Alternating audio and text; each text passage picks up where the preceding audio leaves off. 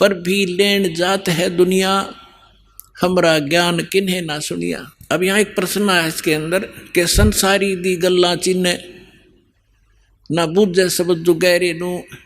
एक बहन आई, एक बहन ने हमारी दीक्षा ले ली थी।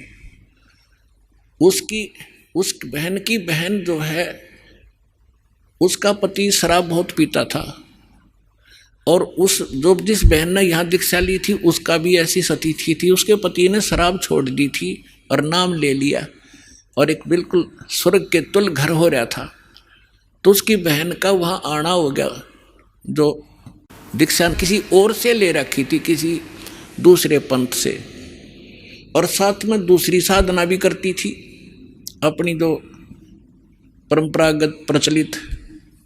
उसका पति शराब पीता था, बहुत पीटता था, कभी गली में भी खड़ी कर देता है रात में शराब के नशे में।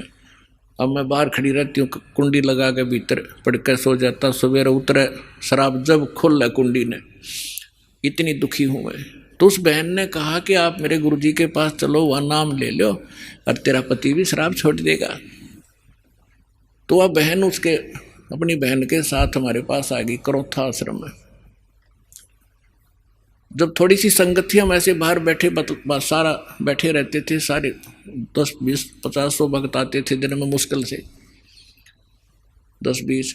तो मैंने पूछा बहन कहाँ से आई? तो उसने बता दिया मेरी सिस्टर है, और इसका पति बहुत शराब पीता है, और रोज पीता है, इसने बुरा हाल कर रखा है इसका, और नौकरी करता है, एक चवन्नी घर पर नहीं छोड़ता, सारी पी जाता है, बच्चे भी भूखे रहते हैं कई बार।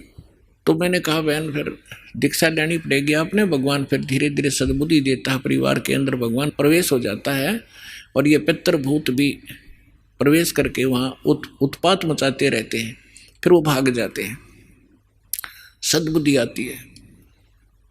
तो मैंने पूछा आप क्या साधना करते हो? उसने बता दी मैं ऐसे ऐसे धन धन सतगुरु अणा का नाम ले लिया, गुरु जी का ले रही हूँ 4-5 वर्ष से।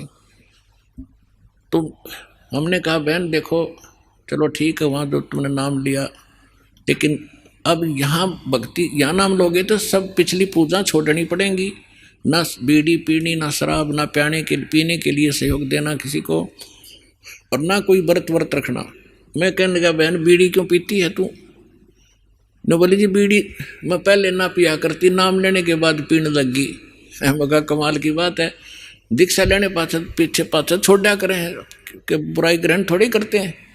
तो उसने क्या बताया जी, जिस सत्संग में हमारे गांव में होता था सत्संग, हम वहाँ जाती थी तो वो सभी को बीड़ी वितरित करती थी प्रसाद के रूप में, एक प्लेट में डाल के, और साथ में एक माचिस और सींक रख देती थी, और न्यू क्या करती पीले पीले प्रसाद है होता है। मैं ना पिया करती पहले, पर उन्हें सिखा दी, पीने लगी, यह बीमारी और ला ली मैंने, तो इसको तो मैं छोड़ दूंगी। फिर उसने बताया कि मैं व्रत रखती हूँ। मैं कौन सा व्रत रखती है? कि शुक्रवार का। मैं बोला बेबी बहन ये सभी जो व्रत त्यागने पड़ेंगे जो भक्ति करना चाहती है। ने बोली जी व्रत ना छोड़ूं मैं। उसकी बहन कहने लगी जब तक तू कह रही थी मैं सारी बात मान लूंगी, अब तो व्रत पड़ेगी। मैंने उसे पूछा बहन इस शुक्रवार का व्रत क्यों रखती है तू, किस लिए? तो वो कहने लगी कि मैंने कथा, क्या क्रिया होती है इसमें, क्या लाभ है इससे? वह कथा सुनाती है कि एक का पति विदेश चला गया था कोई काम धंधे के लिए, ऐसी कथा है। संतोषी माता के व्रत, शुक्रवार के व्रत से क्या लाभ है वो बताने लगी। और फिर उसकी काफ़ी वर्ष हो गए थे, उसके पति ने दूर चला गया, उसका भूल पड़ गई, घर नहीं आया।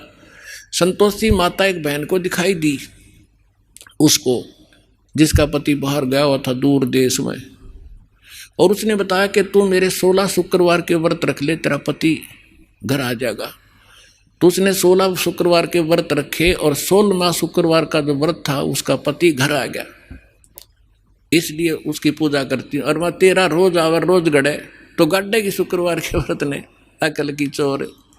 चलो उसका तो पति दूर चला गया था, उसकी तो बुला लिया उसकी संतोषी माता ने, तेरा तो डेली आवर डेली गड़े तने, और फिर भी शुक्रवार का व्रत है कल तुम्हारे अंदर। तो यहाँ परमात्मा कहते हैं